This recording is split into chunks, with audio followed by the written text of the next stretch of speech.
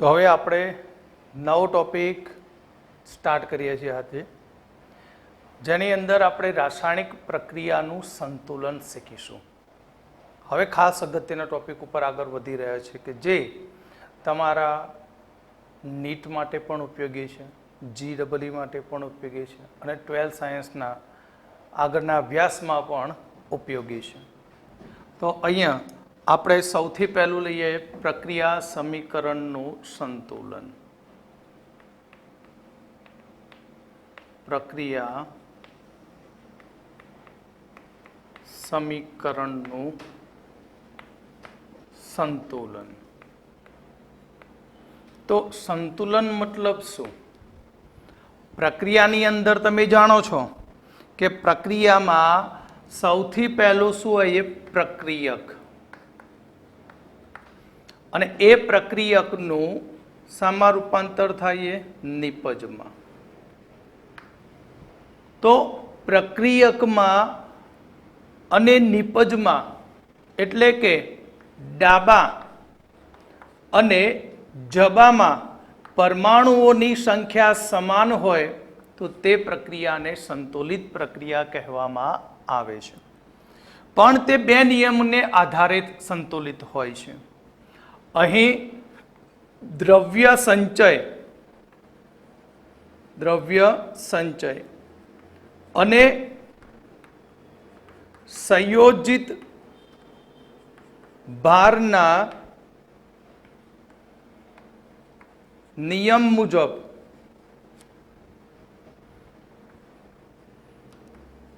સંતુલિત પ્રક્રિયામાં ડાબી બાજુ અને જમણી બાજુમાં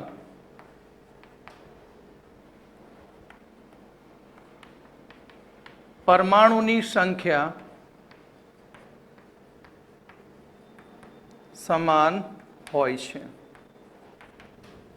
એટલે કે સંતુલિત પ્રક્રિયામાં પ્રક્રિયક અને નિપજમાં પરમાણુની સંખ્યા સમાન હોવી જોઈએ. બરાબર? એટલે કે પ્રક્રિયકો અને નિપજમાં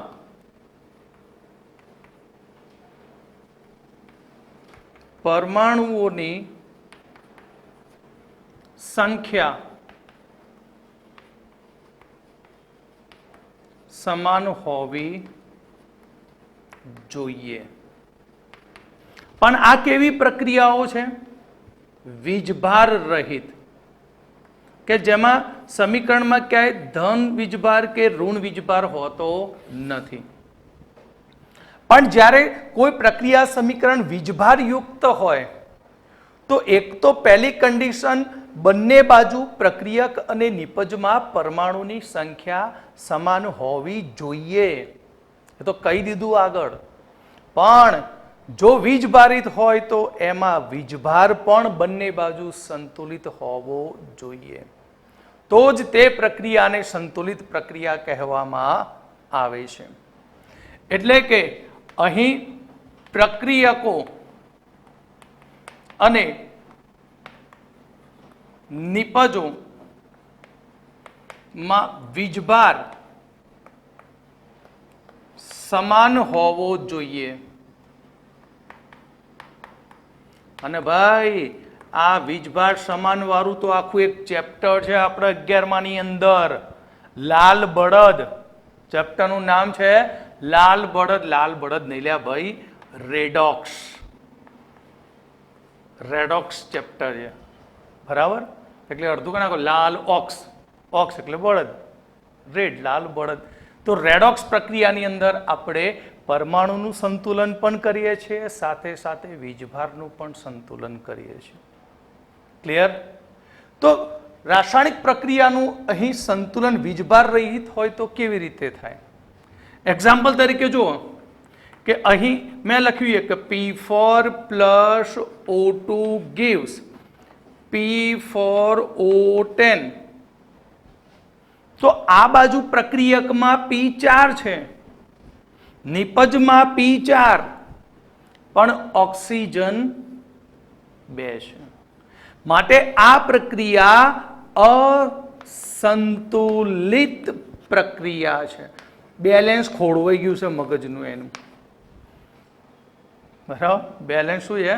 ખોરવાઈ ગયું. તો સંતુલિત કરવા માટે આપણે અહીં એક અજમાઈશની રીત કરીએ છીએ. અજમાઈશ રીત. કયો શબ્દ આવ્યો? અજમાઈશ રીત. અજમાઈશ રીત. અજમાઈશ રીત મતલબ પ્રયત્ન અને ભૂલ.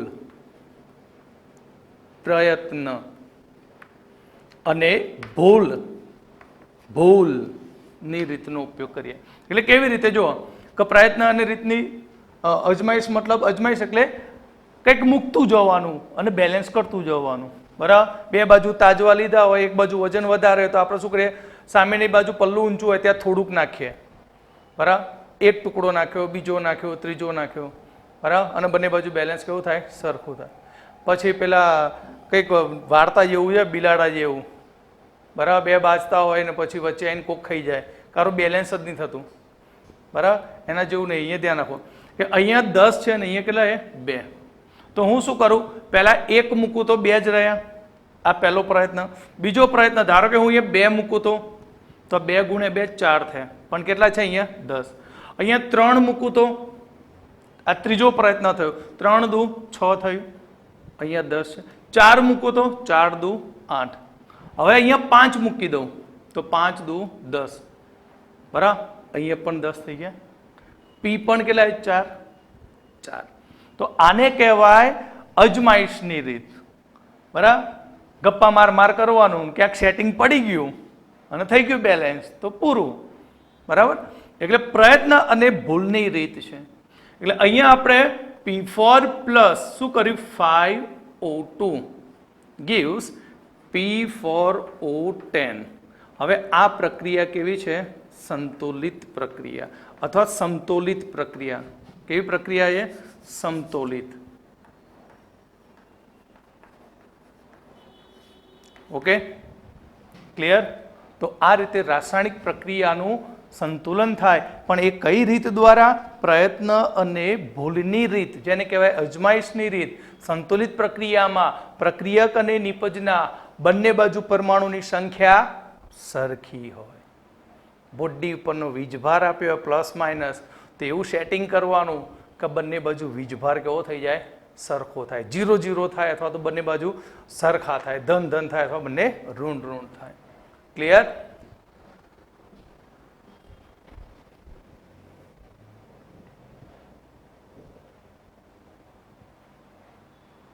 તો ચલો હવે આપણે કેટલાક સમીકરણો અહીંયા બોર્ડ ઉપર લખેલા એને સંતુલિત કરીએ. ફર્સ્ટ સમીકરણમાં PbS લેડ સલ્ફાઇડની ઓક્સિજન સાથે પ્રક્રિયા થતાં લેડ ઓક્સાઇડ અને સલ્ફર ડાયોક્સાઇડ બને છે.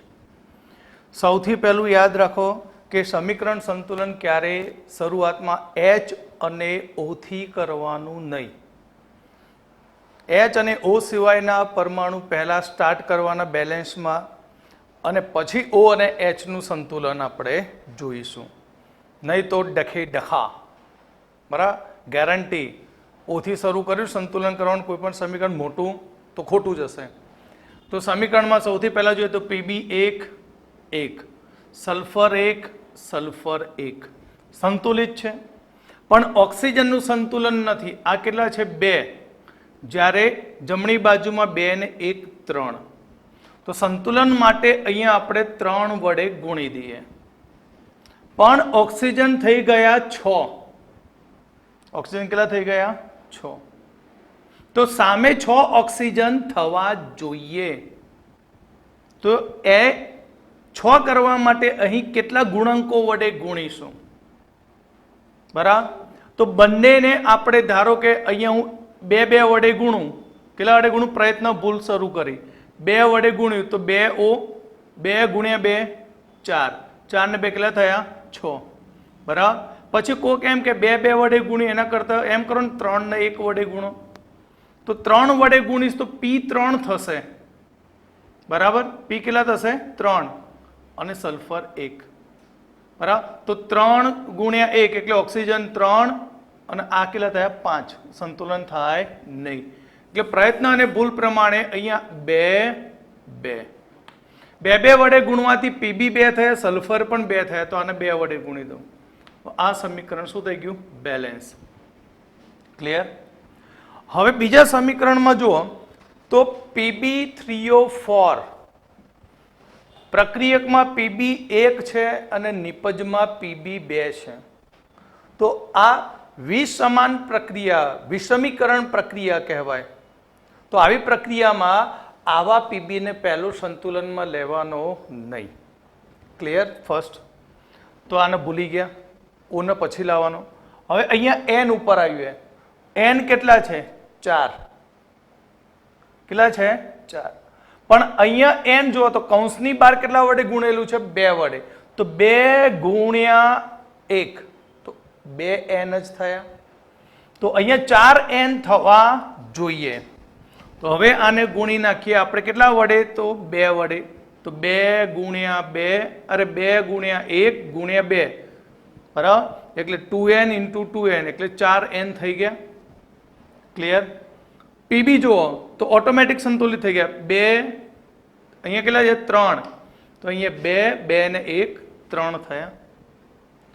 હવે H નો વારો. O તો છેલ્લે જવાનું. H કેટલા છે? 4. અહીંયા કેટલા H? 2. તો આને 2 વડે ગુણી નાખ્યું. સમીકરણ સંતુલિત. જો H સંતુલિત થતા હોય તો ઓટોમેટિક O પણ સંતુલિત થઈ જશે. ક્લિયર? હવે બીજા સમીકરણમાં જઈએ. CA કેટલી વાર છે? 2 વખત છે. તો આપણે CA ને ક્યારેય પહેલા લઈશું નહીં. તો નંબર કોનો આવશે? P. P અહીંયા કેટલા છે? 2. તો અહીંયા P પણ કેટલા થયા? 2 થયા. ચલો P પણ સંતુલિત દેખાય. સલ્ફર 1 1. CA ને તો અડવાનું જ નથી. બરાબર? તો P બંને બાજુ સરખા, સલ્ફર સરખું. તો હવે આપણે જઈશું ક્યાં? H તરફ. બરાબર? O ને તો છેલ્લે કીધું ને. અહીંયા H કેટલા છે? 2 છે. કેટલા છે? 2.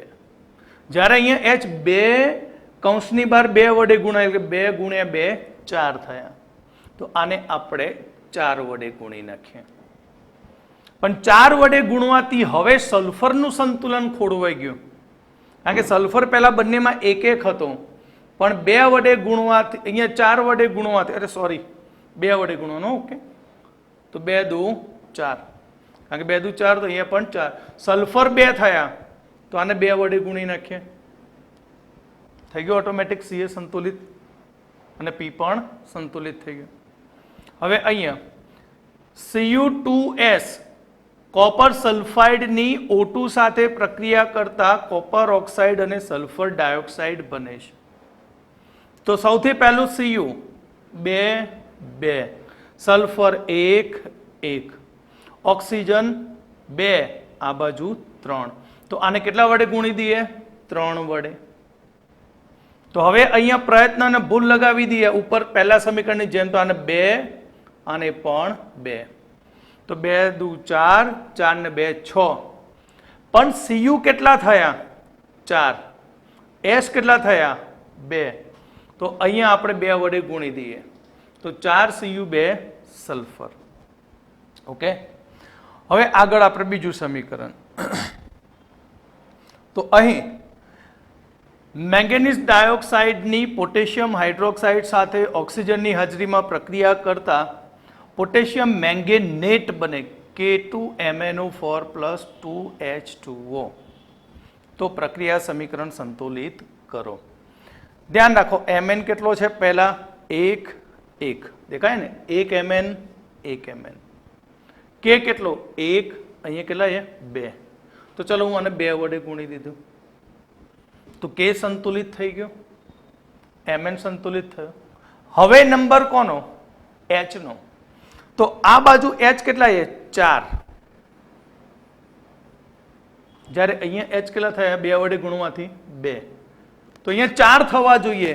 તો અહીંયા આપણે 4 વડે ગુણી નાખ્યું. પણ 4 વડે ગુણવાથી કે કેટલા થઈ ગયા 4, તો અહીંયા કેટલા એ 2, તો આને કેટલા વડે ગુણીશું 2 વડે, થઈ ગયા 2 દુ 4. હવે mn 2 થયા પણ અહીંયા 1 mn છે તો આને 2 વડે. ક્લિયર? તો આ રીતે પ્રક્રિયા સમીકરણ પ્રયત્ન કરતા જાઓ, મૂકતા જાઓ અને સંતુલિત કરતા જાઓ. હવે અહીંયા Hg મર્ક્યુરિક સલ્ફાઇડ ની કેલ્શિયમ ઓક્સાઇડ સાથે ગરમ કરતા મર્ક્યુરી પારો, બરાબર, પારો મર્ક્યુરી છૂટો પડે, કેલ્શિયમ સલ્ફેટ અને કેલ્શિયમ સલ્ફાઇડ બને છે. તો સમીકરણમાં બે બાજુ Ca 2 વાર આવ્યો, માટે Ca ને સંતુલિતમાં પહેલા જોવાનો નહીં. મર્ક્યુરી બંનેમાં કેટલા એ 1 1. સલ્ફર પણ અહીંયા 2 વખત છે, તો સલ્ફર પણ નહીં જોવાનું. તો મર્ક્યુરી જોઈને પછી સીધું કોની ઉપર જતું રહેવાનું? ઓક્સિજન ઉપર. ઓક્સિજન કેટલા એ 4, તો અહીંયા હું 4 વડે ગુણી દઉં. તો આને 4 વડે ગુણી દઈએ, બરાબર, તો અહીં સલ્ફર કેટલો હતો? 1 જ, બરાબર, પણ કેલ્શિયમ કેટલા થઈ ગયા? 4.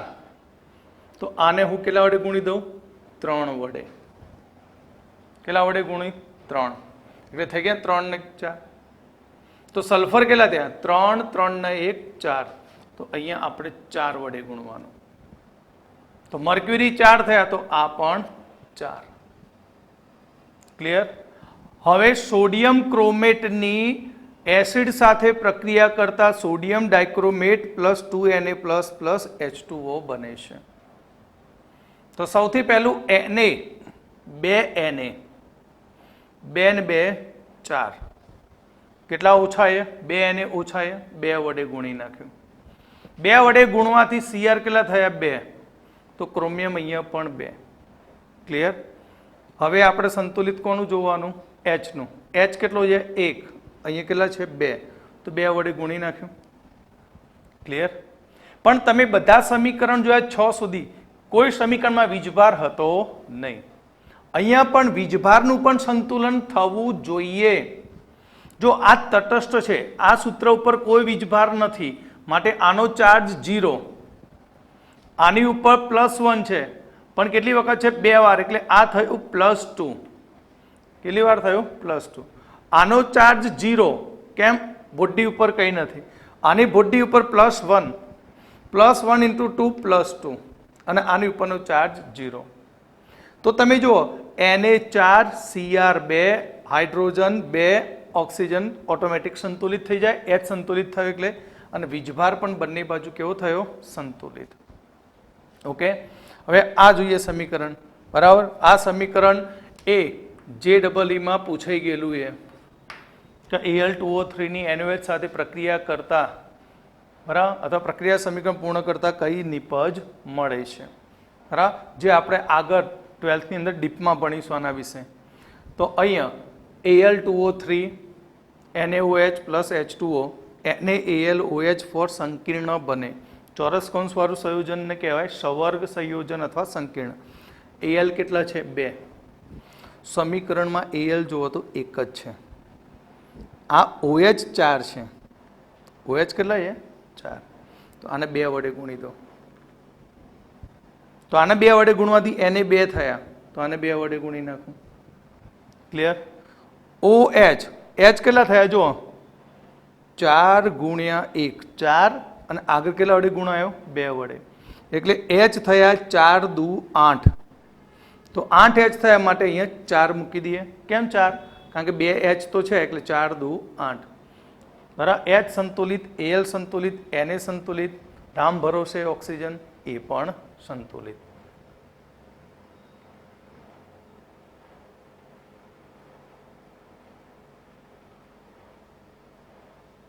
હવે આપણે એક નવો ટોપિક લઈએ, રાસાયણિક પ્રક્રિયાની તત્વ યોગમિતિ, જે NCERT-માં છે. રાસાયણિક પ્રક્રિયાનું સંતુલન પણ આપણે NCERT-નું પૂરું કર્યું. તો તત્વ યોગમિતિ એટલે શું? તત્વ યોગમિતિ એટલે કે તત્વોની યોગ્ય રીતે વહેંચણી. હવે વહેંચણી ક્યાં કરવાની હોય? તો તત્વની વહેંચણી રાસાયણિક પ્રક્રિયામાં થાય. અને એ પણ બે બાજુ, ડાબી બાજુ અને જમણી બાજુ, એટલે પ્રક્રિયકો અને નિપજો માટે. એટલે તત્વયોગમિતિ મતલબ કે રાસાયણિક પ્રક્રિયાની અંદર ભાગ લેતા જે પ્રક્રિયકો અને નિપજો છે એ પ્રક્રિયક અને નિપજોનો જથ્થો નક્કી કરીને તેમની યોગ્ય રીતે વહેંચણી કરવી એને કહેવાય તત્વયોગમિતિ.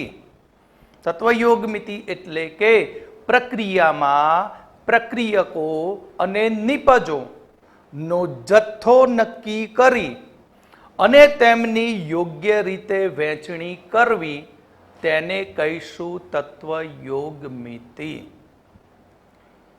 એટલે પ્રક્રિયક અને નિપજના અણુઓની સંખ્યા હોય તો એ અણુઓની સંખ્યાના સંદર્ભમાં આપણે પ્રક્રિયક અને નિપજોનું મોલ પ્રમાણ પણ નક્કી કરી શકીએ.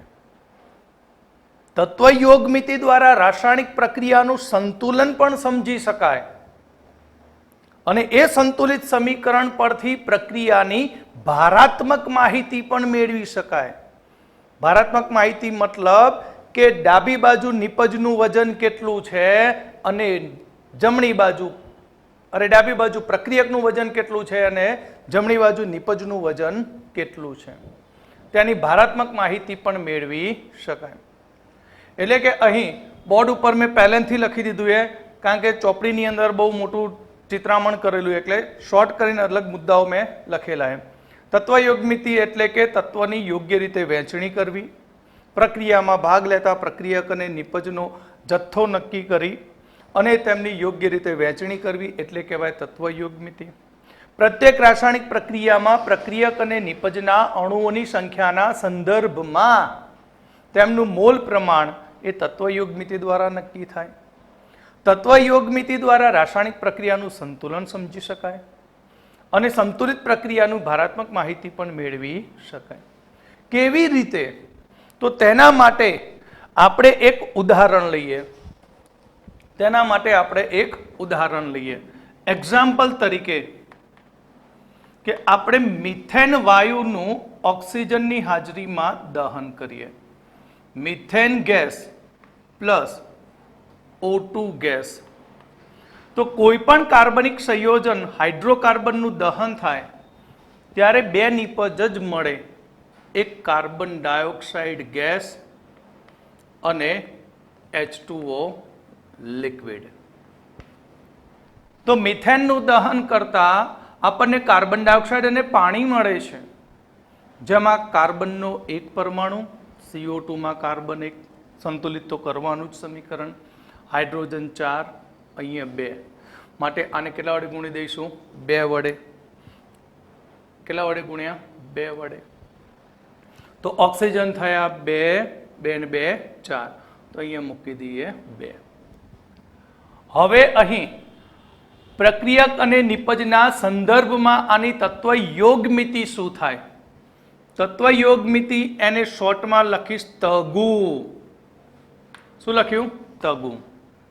તો મિથેન કેટલો છે? એક જ. ઓક્સિજન કેટલો છે? જે પ્રક્રિયકોની આગળ સહગુણંકો હોય એ સહગુણંકોને પ્રક્રિયકનો તત્વયોગમિતિ ગુણંક કહેવામાં આવે છે. ફરીથી સાંભળી લેજો, તત્વયોગમિતિ ગુણંક કોને કહેવાય? પ્રક્રિયકોની આગળ રહેલા સહગુણંકોને તેનો તત્વયોગમિતિ ગુણાંક કહેવામાં આવે છે. તો આનો તત્વયોગમિતિ ગુણાંક કેટલો થયો? 2. નિપજના સહગુણંકોને પણ કહેવામાં આવશે તત્વયોગમિતિ ગુણાંક. તો કાર્બન ડાયોક્સાઇડ 1 માટે એનો તગુ 1, પાણીનો તગુ 2. એટલે તત્વયોગમિતિ ગુણાંક આપણને મળી ગયો. તો તત્વયોગમિતિ ગુણાંકો બધાના મળી ગયા આપણને.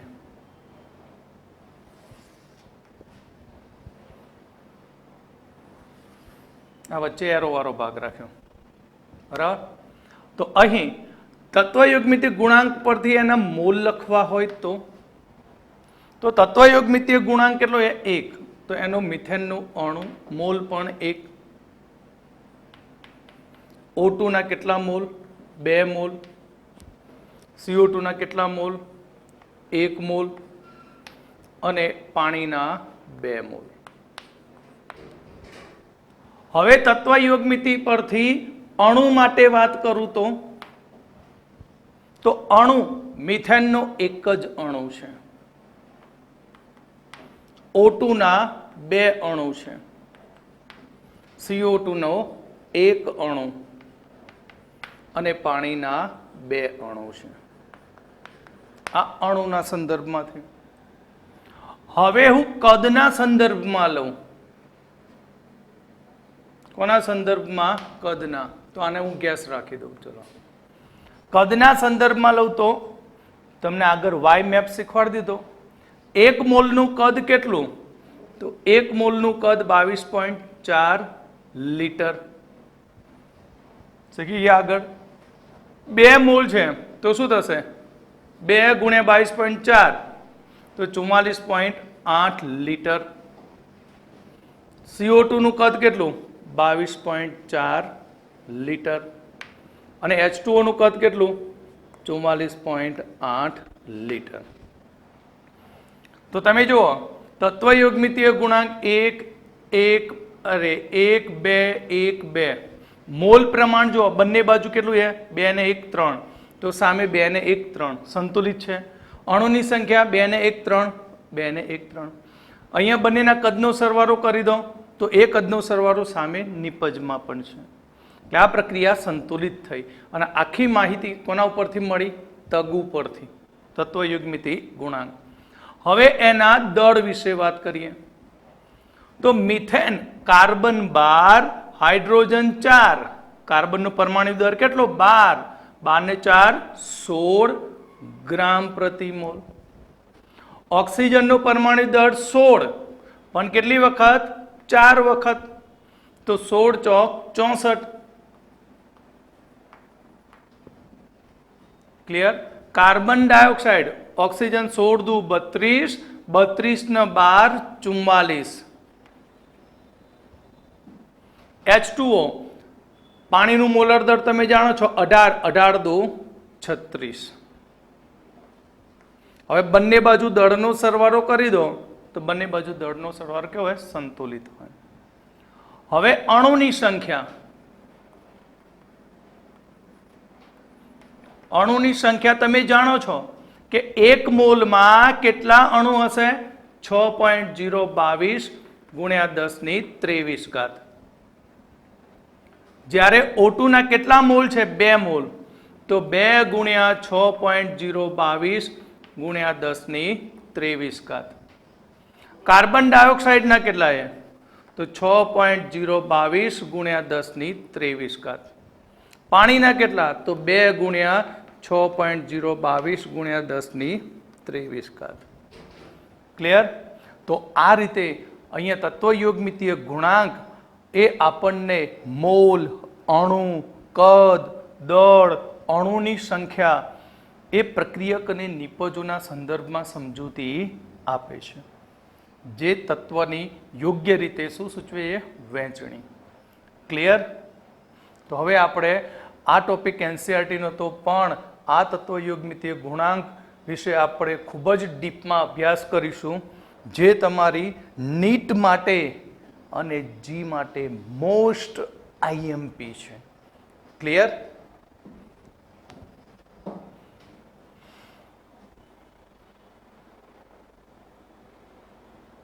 હવે આપણે મેન નીટ અને જીના આધારિત ટોપિકો ઉપર જતા રહીએ, જે આપણા માટે ખૂબ જ કિંમતી છે.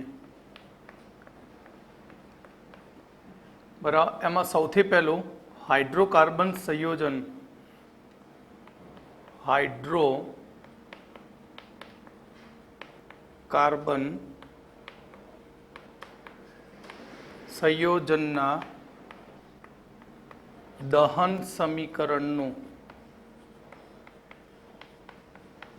સમીકરણનું સંતુલન.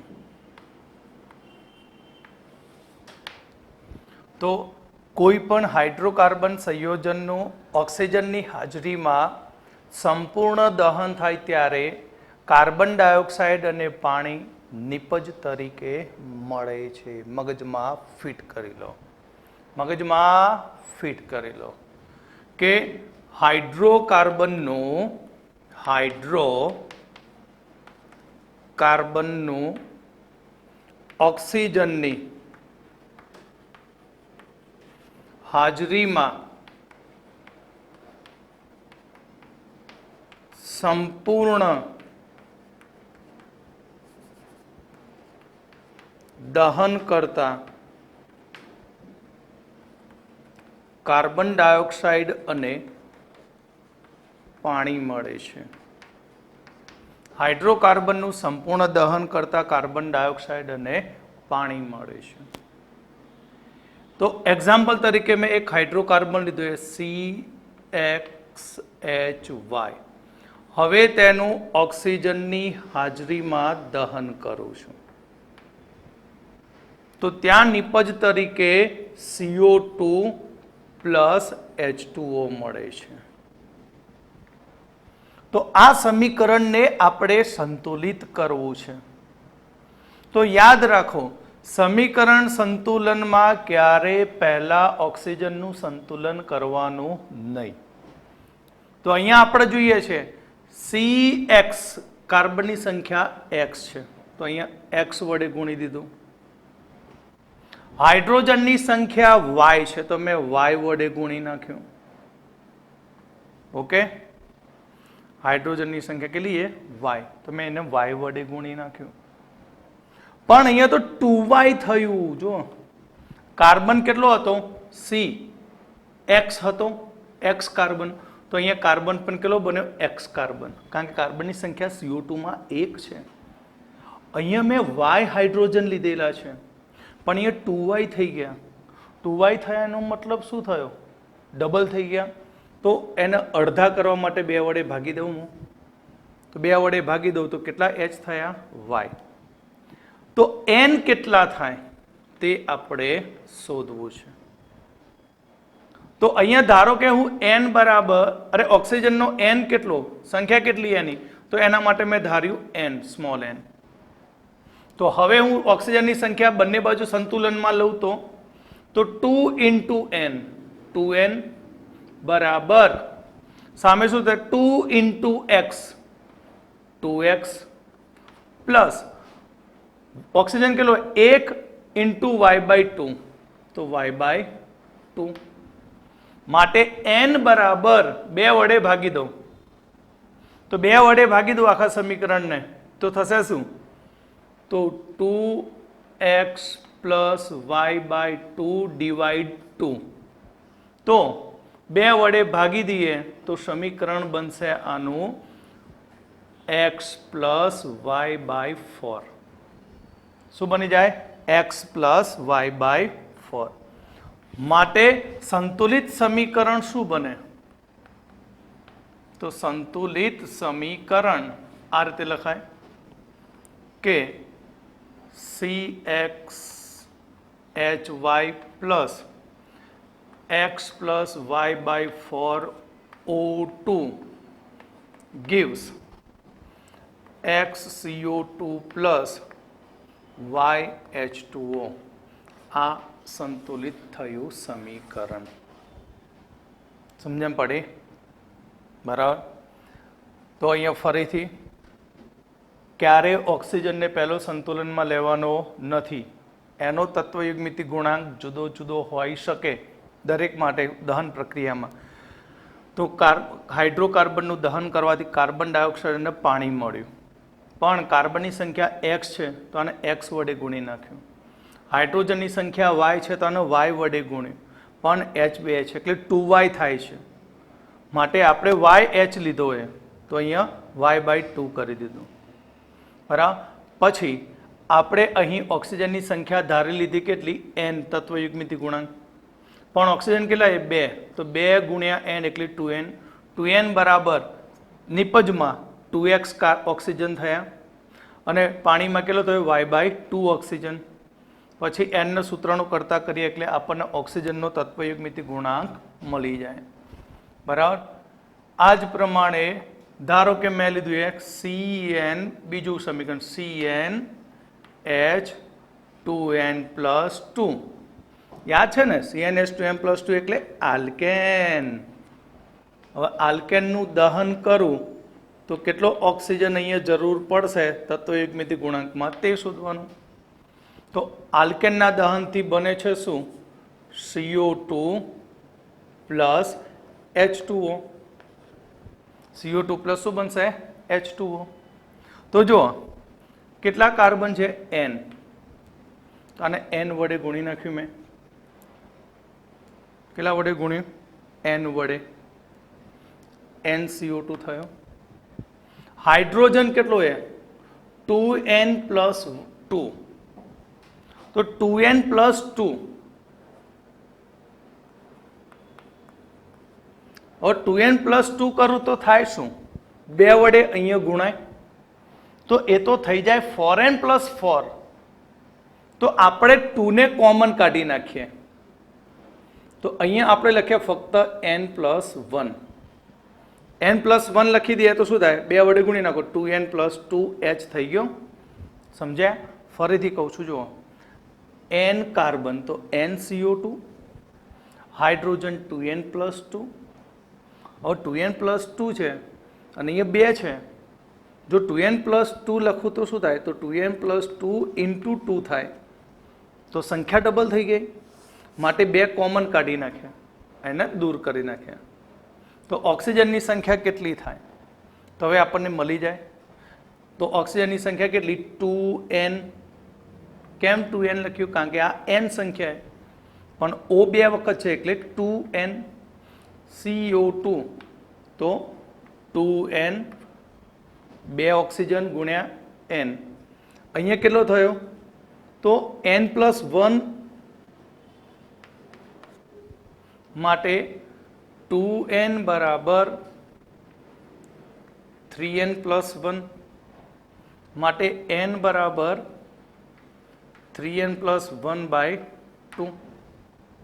આ થયો ઓક્સિજનનો તત્વ યોગમિતીય ગુણાંક. શું થયો? ઓક્સિજનનો તત્વ યોગમિતીય ગુણાંક. માટે મિથેનનું દહન સમીકરણ શું બને? સંતુલિત.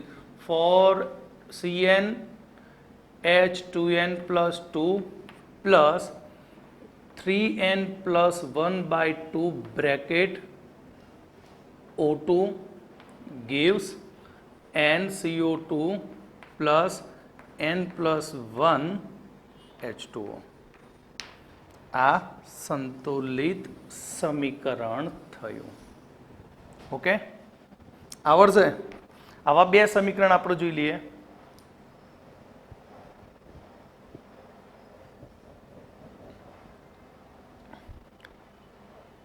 ચલો હવે આપણે આલ્કીનનું દહન સમીકરણ બનાવીએ.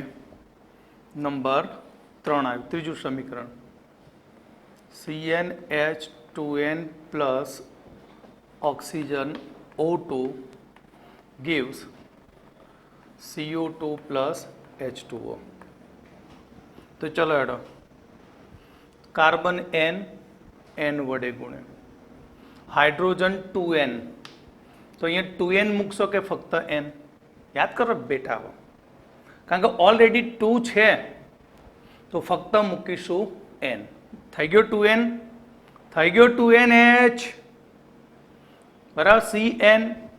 તો હવે આના માટે આપણે શું લખીએ? n ધારી લઈએ છીએ. તો સંતુલન માટે 2n બરાબર કોનું સંતુલન લઈએ? ઓક્સિજન. તો 2n plus n માટે 2n બરાબર 3n માટે n બરાબર, પેલું n ના ઉડાડતા ભાઈ, ગણિતનું તમારું બરાબર એવી રીતે નથી આપણે લીધું, ધારેલું એ. ધારો કે A ધારો, B ધારો, C ધારો, ગમે તે ધારો તમે તાર અહીંયા. તો 3/2n બરાબર. એટલે ઓક્સિજનની સંખ્યા કેટલી? 3/2. કેટલી આવશે? 3/2n. માટે સંતુલિત સમીકરણ CnH2n plus 3/2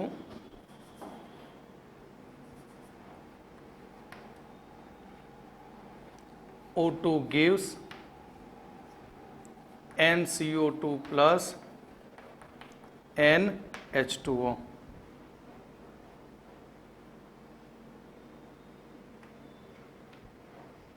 okay,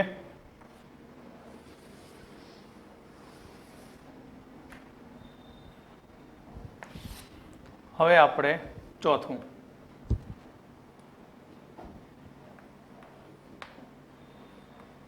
CnH2n-2 plus O2 gives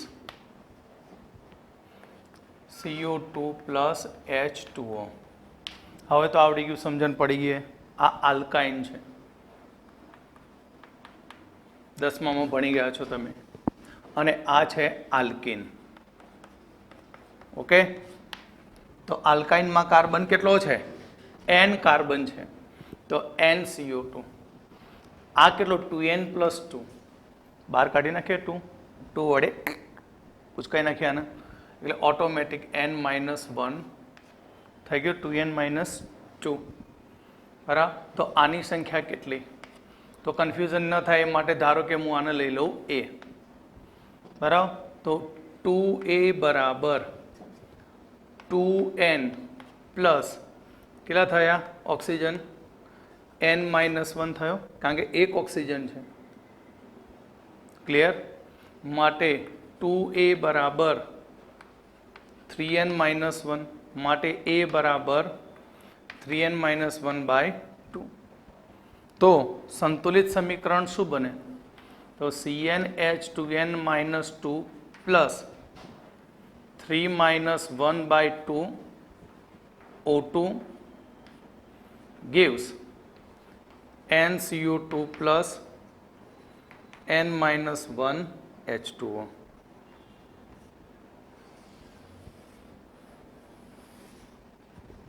okay, તો આપણે વધુ ડીપમાં, આ તો હાઇડ્રોકાર્બન જોયું, પણ મેન અગત્યના તત્વયુગ્મિતિ આધારિત એક્ઝામ્પલો છે. બરાબર, જે તમારી રેડોક્સ પ્રક્રિયાના દાખલામાં ઉપયોગી બનશે. બરાબર, આયનીય સંતુલનના દાખલામાં પણ ઉપયોગી બનશે. બરાબર, રાસાયણિક સંતુલનના દાખલામાં પણ ઉપયોગી બનશે. બરાબર, આ બનશે બધું ઉપયોગી, એ આપણે આના પછીના લેક્ચરમાં જોઈશું. ઓકે.